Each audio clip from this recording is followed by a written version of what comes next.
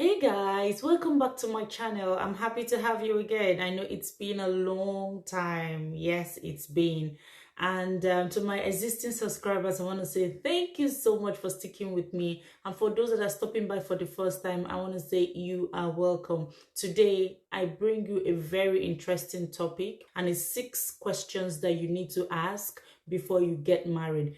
And trust me, number 5 is going to blow your mind. Without further ado, let's get right into it. Today, we are going to be discussing 6 questions you need to ask before you get married, okay? So the first one I want us to talk about is asking each other, what are your financial expectations? What are your financial goals that you want to achieve, and how do we achieve it? This question is very important because as soon as you get married, it's no longer yours, it's now the both of you. So you need to set goals financially. You need to know what your source of incomes are. You need to know what you're doing and what plans you have. You need to know if there is any project you need to embark on. You need to know your financial capabilities. Having a conversation around financial goals, you get to understand if your partner or your husband or your wife to be is a financially prudent person, if they are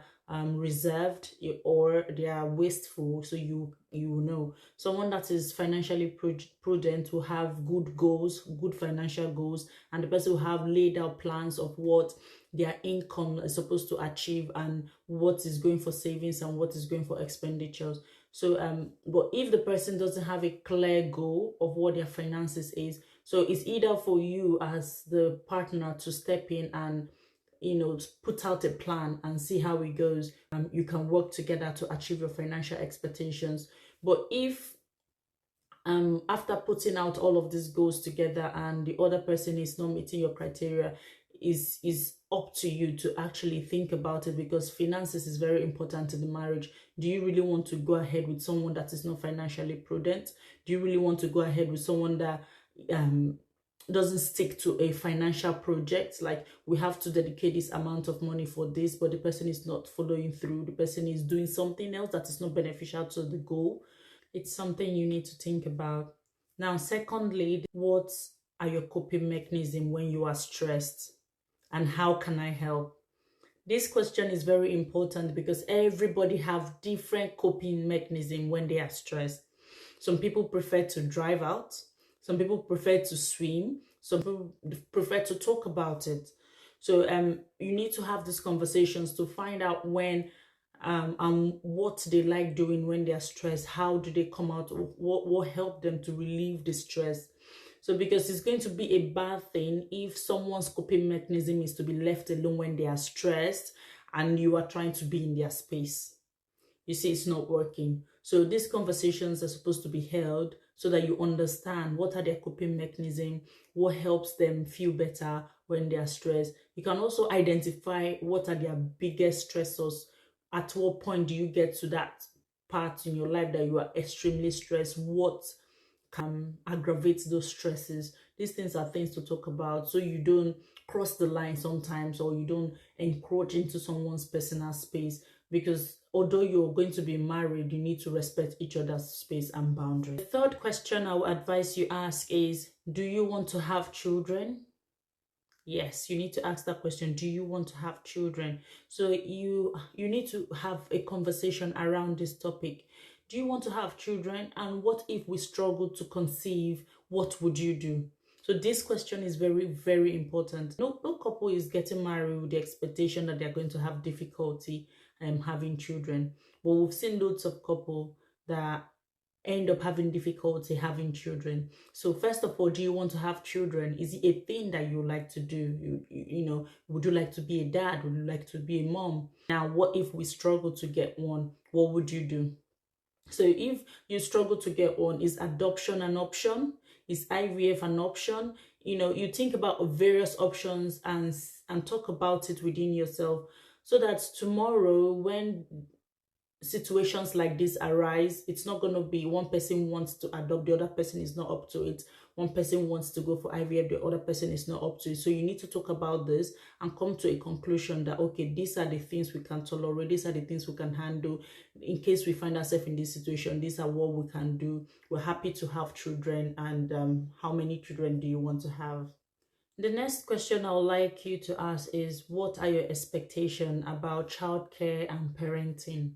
So this question is very, very important. Both of you can discuss what your childhood likes and dislikes are, because while growing up, there are things you liked your parents did to you or for you that you would like to carry on, for your children to experience. And there are some things that they did to you and for you that you weren't happy about, and you wouldn't want your kids to experience that. So it's a good opportunity for you guys to talk about your experiences while growing up, and think about the things that you carry on to your children and things that you're gonna drop, you're not gonna carry on. Also, it's very important to talk about who is gonna work, how are we going to be working, the childcare. Is someone gonna stay at home? Is someone gonna work? Is the both of us, are we gonna work? How are we gonna manage the finances for paying of childcare and daycare and nursery? These conversations are very, very important, because at the end of the day, like when one of the couple had to stop working just to look after the children, and then the other one is working, and the one working is now feeling more superior than the one that's not working, that's at home looking after the children, feeling more superior, and maybe talking down on the one at home, and the one at home feeling less of themselves, but when you guys discuss this and one person, you agree that so person is going to stay at home and look after the kids while the other person work, then the person working would understand that the other person is sacrificing his or her career to do this part of the family goal, because raising children is also a project. So someone is already handling that project, so that person needs to be respected, that person needs to be looked after as well. Okay, so nobody is feeling more important than the other person. You see each other as a team. Nobody is more superior. So that is a very good conversation that you also need to have.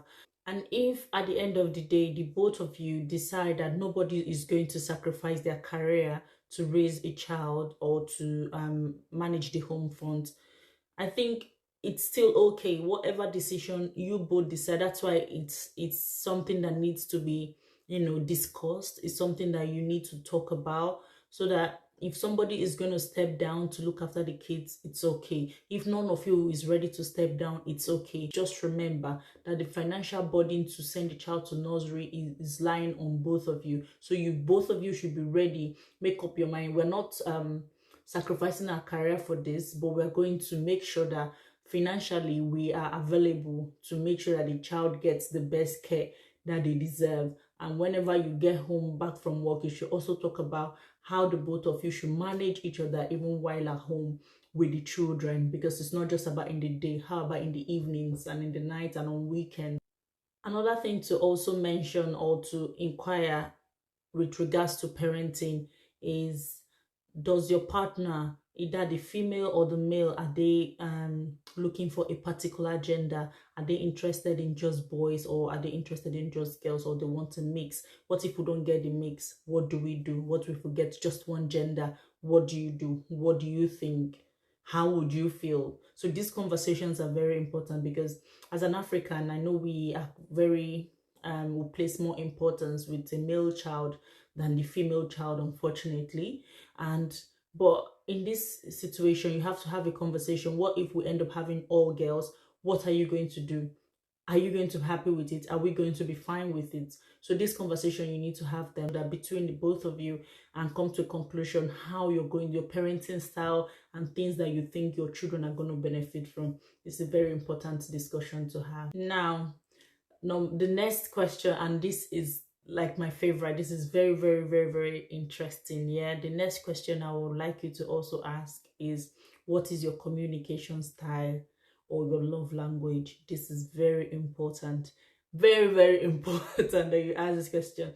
I made a video about marrying an unromantic partner on my Instagram page, and it got like over 13,000 response, and the comments and the opinions of people were quite interesting. I also posted it on my shorts on this YouTube, and you can take a minute to have a look at it after watching this video, definitely. So you have a look at it and have an idea of what I was talking about on that video.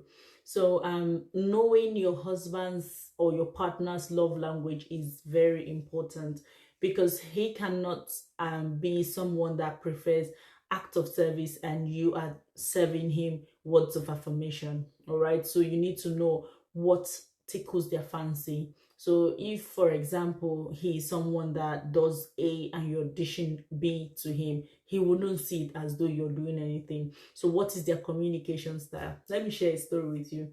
When I got married newly, if I send a message to my husband, it can take like weeks before he responds. So if the house was burning down, it was have burned down before he responds or even see the message. So, but I later found out that WhatsApp messages is not his thing. So if you need something urgently, give him a call. So he's a call person. So you need to understand that as well. If your love language is act of service and your husband's love language is words of affirmation, so what you guys need to do, have the conversation around these love languages and talk about it and see if since what I know is act of service, but what you appreciate is words of affirmation, I guess I have to learn it. Okay, I guess I have to learn words of affirmation so that I can dish you what you like, and he has to learn act of service so he can love me in the language that I understand. So it's a conversation you guys need to have, and if it's something that it shouldn't be so hard for the both of you to pick up new love languages. And we'll say you need to have just one love language. For the person you claim to be in love with, you can actually have more than one love languages to please them as the situation warrants. Last but not the least is, what are your fantasies surrounding sex? What are your fantasies surrounding marriage?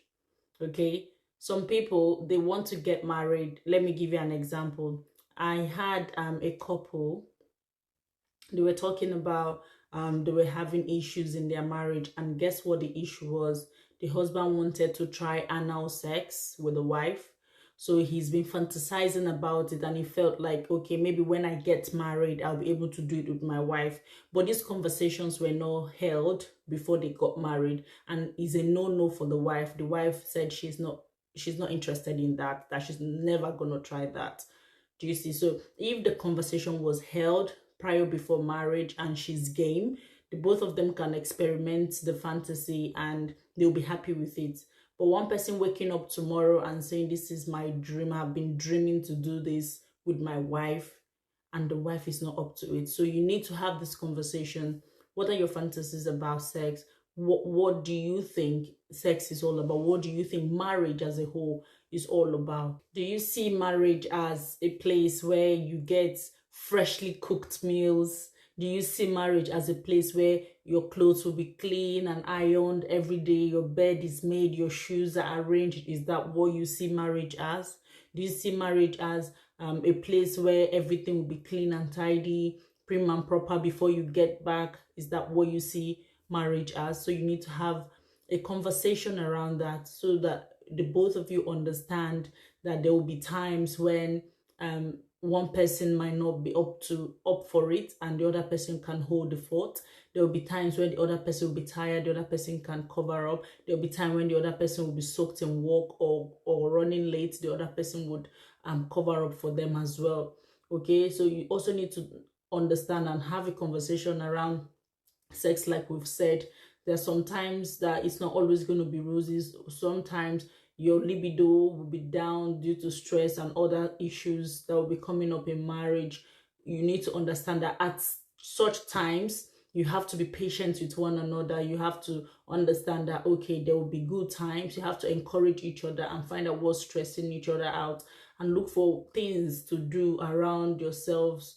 Haven't had that conversation, to help each other come back What do we do to help us come back? So these are good conversations to have. Remember that there is no lay down rules on how to prevent divorce, okay? But with all of these conversations, with all of these questions and discussions, we should be able to strive, we should be able to thrive, we should be able to survive in our marriages because we have like a basic understanding of the both of us. Do you understand? So the both of you have a basic understanding of each other. And one good thing is communication. Effective communication equals to zero assumptions. So when there is no assumption, there is total understanding between each other. And when there is no when there is doubt, there's always room to ask and to get clarity. So this way you see yourself surviving and thriving in marriage without daily misunderstandings. So there's always room for communication. So these questions are very important that you ask these questions. And you should also remember that things that you do not ask to get clarified today, you're just making room for it to get worse when you get married. So bear that in mind. Thank you so much for sticking with me up to this time. Bye.